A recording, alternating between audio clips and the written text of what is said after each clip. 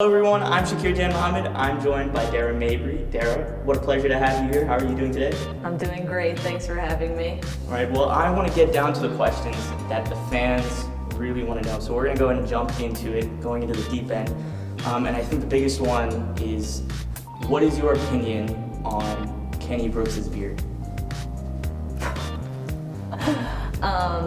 He has a great smile, beautiful teeth, so like his beard just kind of makes it. He doesn't really take it that seriously though. Like you'll never see him brushing it in the office, or like if he gets upset about something, he doesn't do this. He'll kind of just do this. Virginia Tech's a Nike school, but sometimes people have divided loyalties. So are you going on the Nike team or the Adidas team? I grew up wearing Nike because I played on a Nike AAU team, so I just Nike everything. Adidas does like have some cute stuff, but you can get the same thing at Nike, so. So on that court, what is your favorite shot to take? I like taking threes, not on the left side of the court, because it's weird because they say like if you're a right-handed shooter, you shoot better on the left side of the court because your eye and your hand match up at the basket, but I like the other side, like not the wing, but in between the middle and the wing layer. I love that shot. When you hit that shot, that's like a mic drop moment for you. Yeah, like if I take that shot, I think it's going in every time. Who on that team do you think you're gonna score 105 points on your team? Who can you take one-on-one, Dara? I'm gonna score 105 points on Liz. On Liz? I would just bring her out to the three-point line. Obviously, like that's the easiest answer, but I don't know about Trinity. She's just really big and strong. She like bullies me whenever we play one-on-one. So we're starting to get a pecking order. Yeah, of the team. basically. Dara, you were part of the ACC All-Academic team last year, which for that you had to average a 3.0 cumulative GPA and a 3.0 GPA in the previous semester, which is pretty impressive. So we're gonna test your knowledge here a little bit. So I'm gonna start off with, I think, something that's relatively easy. What is Avogadro's number? Oh my gosh. I knew this in high school. I have no idea. I can't tell you that right now, but I did know it in high school. It's not 5. I don't know it. It's whatever number as long as there's toast. That's the correct answer. What? Like avocado toast. Oh, You great. just throw that out, lay it in. Next. Okay, all right. Let's finish the sentence. The mitochondria is... The mitochondria is something that has to do with your cells. It's the powerhouse of the cells. That's right. I got one right. There you go. Okay. So you were the starting guard last year. Mm-hmm. You played in every single game. That's pretty impressive. And that was only your first year on the team, now on your second. Did that kind of impact your transition from high school basketball to college basketball, being named the starter? Yeah. It has an impact because I was thrown into a big position right away because I got a whole year of experience with the ball in my hands as a freshman in the best conference in the country. So kind of threw you in the deep end. Yeah, right away. No floaties.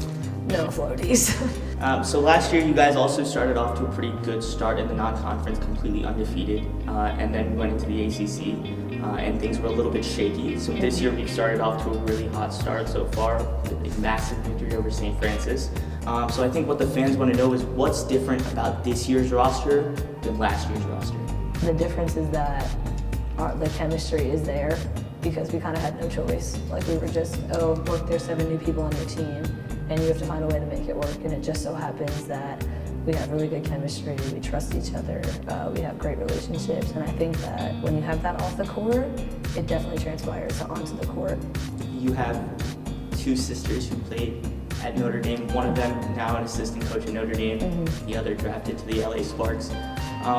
Does that impact, or do you have a different kind of mindset going and playing against Notre Dame knowing that 2 of your sisters played with them? I don't think whoever I'm playing against, I don't have like a different mindset. I just think that like, okay, this is my opponent no matter what their jersey says. You just have to try to beat them and win. And that's kind of the competitive spirit that I have.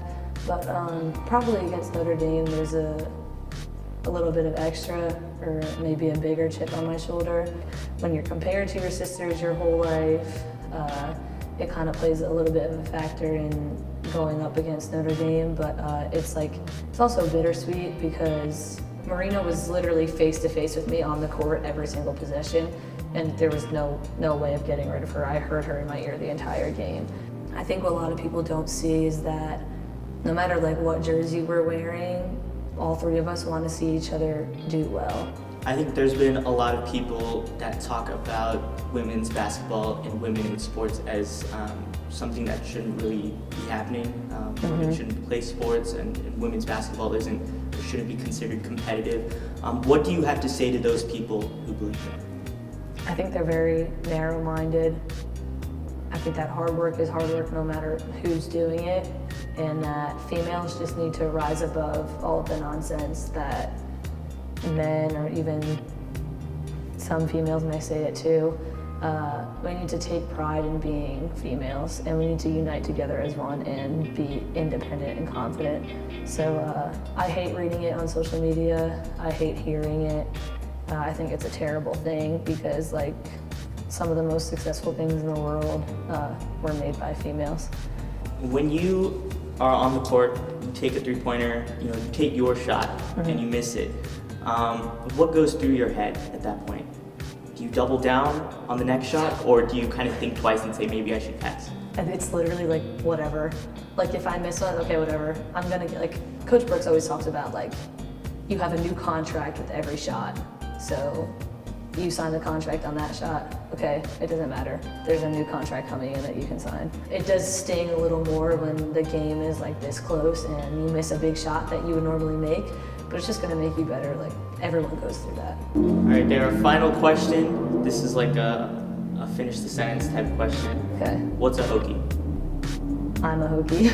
Awesome. Thank you so much, Dara, for spending time with me. Thank you. And thank you everyone for watching.